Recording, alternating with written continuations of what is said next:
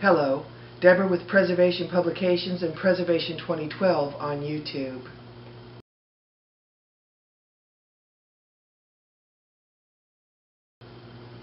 I'd like to talk to you today about the reports of infected meat that is being sold in supermarkets across the United States.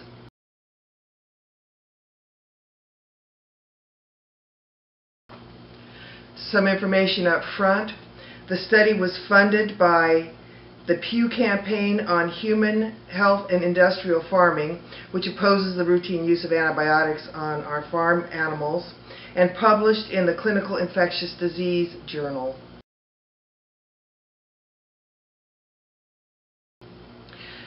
They tested 136 samples of beef, chicken, pork, and turkey, and they were purchased from grocery stores in Los Angeles, Chicago, Fort Lauderdale, Flagstaff, and Washington, D.C.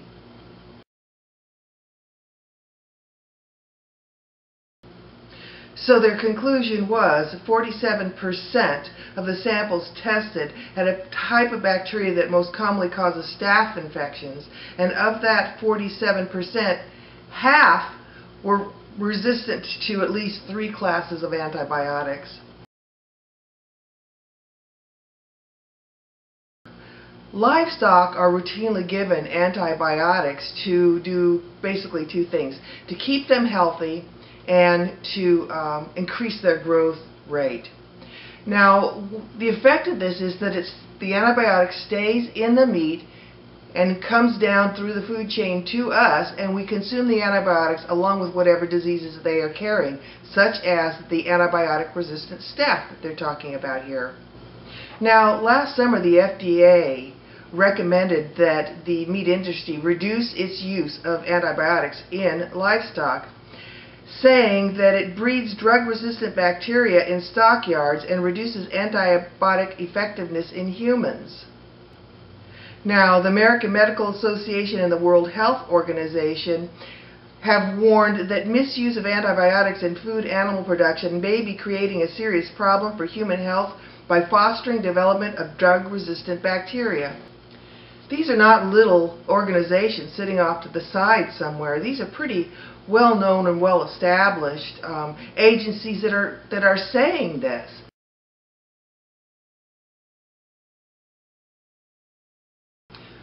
Now, some scientists don't believe that it has anything to do with what we're feeding our livestock, and believe it has everything to do with the poor hygiene habits of the meat handlers in our homes. And the American Meat Institute claims that the country's meat supply is safe.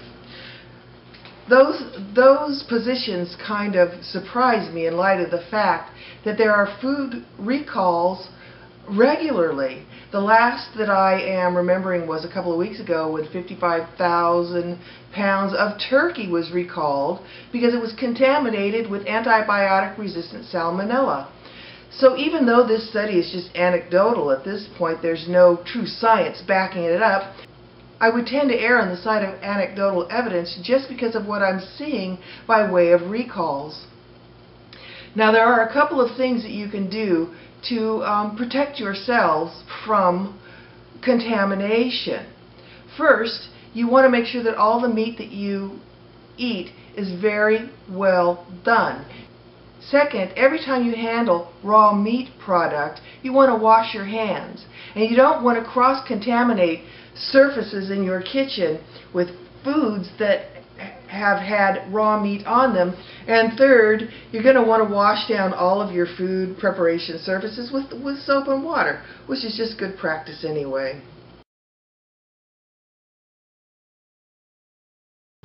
Make sure that all the raw meat you purchase at a grocery store is kept separate in a bag by itself, and it's not put in bags with cooked meat, with raw fruits and vegetables, or with any other products that are consumed without cooking. Until next time, for our families, our neighbors, our friends, and our communities, preservation.